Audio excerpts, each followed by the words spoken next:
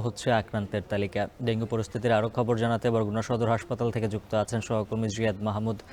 জিয়াদ, জানাবেন বর্তমানে ডেঙ্গুর প্রকোপ কেমন আর চিকিৎসকরা কি বলছেন?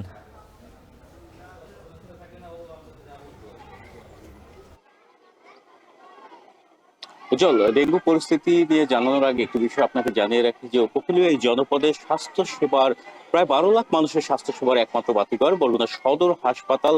নানা সংকটের মধ্য দিয়েও এখানকার কর্তৃপক্ষ তারা জোনাকির মিটিমিটি আলোর মতো যে সেবার দ্রুতি সেটি কিন্তু ছড়িয়ে দিচ্ছে, তা সেটি পর্যাপ্ত নয় বলছেন এখানকার যারা রোগী ও স্বজন। তবু তাদের সেই পরিমাণ সেবা নিয়ে সন্তুষ্ট থাকতে হচ্ছে। আপনাকে যদি একটু দেখাই যে এখানের যে বহির্বিভাগ রয়েছে, এখানে প্রতিনিয়তই কিন্তু প্রায় শত শত মানুষ, 5 শতাধিক মানুষ প্রতিদিনই তারা এখান থেকে চিকিৎসা নিয়ে থাকেন। তারা বলছেন যে বিগত যে সরকারের আমলে যে উন্নয়ন বৈষম্যের শিকার উপকূলীয় জেলা বরগুনা, কেননা ভৌগোলিক দৃষ্টিকোণ থেকে যদি একটু বিবেচনা করা যায় তাহলে বরিশালের পর সবচেয়ে গুরুত্বপূর্ণ স্থান ছিল মেডিকেল কলেজ স্থাপনের জন্য বরগুনা, কিন্তু সেটি হয়নি। হয়েছে পটুয়াখালীতে, তারপরও জনপ্রতিনিধিদের নানা ধরনের ছল চাতুরি মেশানো যে মিষ্টি কথা, সেই কথায়ও কিন্তু কাজ হয়নি।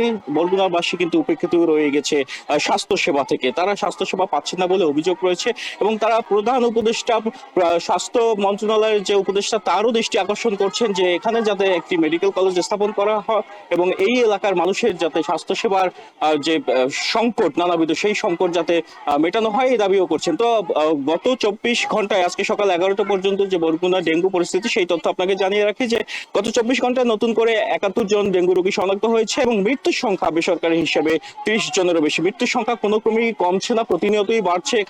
এখানে মৃত্যুর বিষয়টি নিয়ে চিকিৎসকরা বলছেন যে যারা এখানে স্বাস্থ্য সেবা না পেয়ে অন্যত্র যাচ্ছেন, ঢাকা কিংবা বরিশালে যাচ্ছেন, পথে অনেকের মৃত্যু হচ্ছে। এবং এখানে এই যে হাসপাতালটি রয়েছে, এখানে প্রধান এখন যে সমস্যাটি সেটি কিন্তু আইসিইউ সংকট।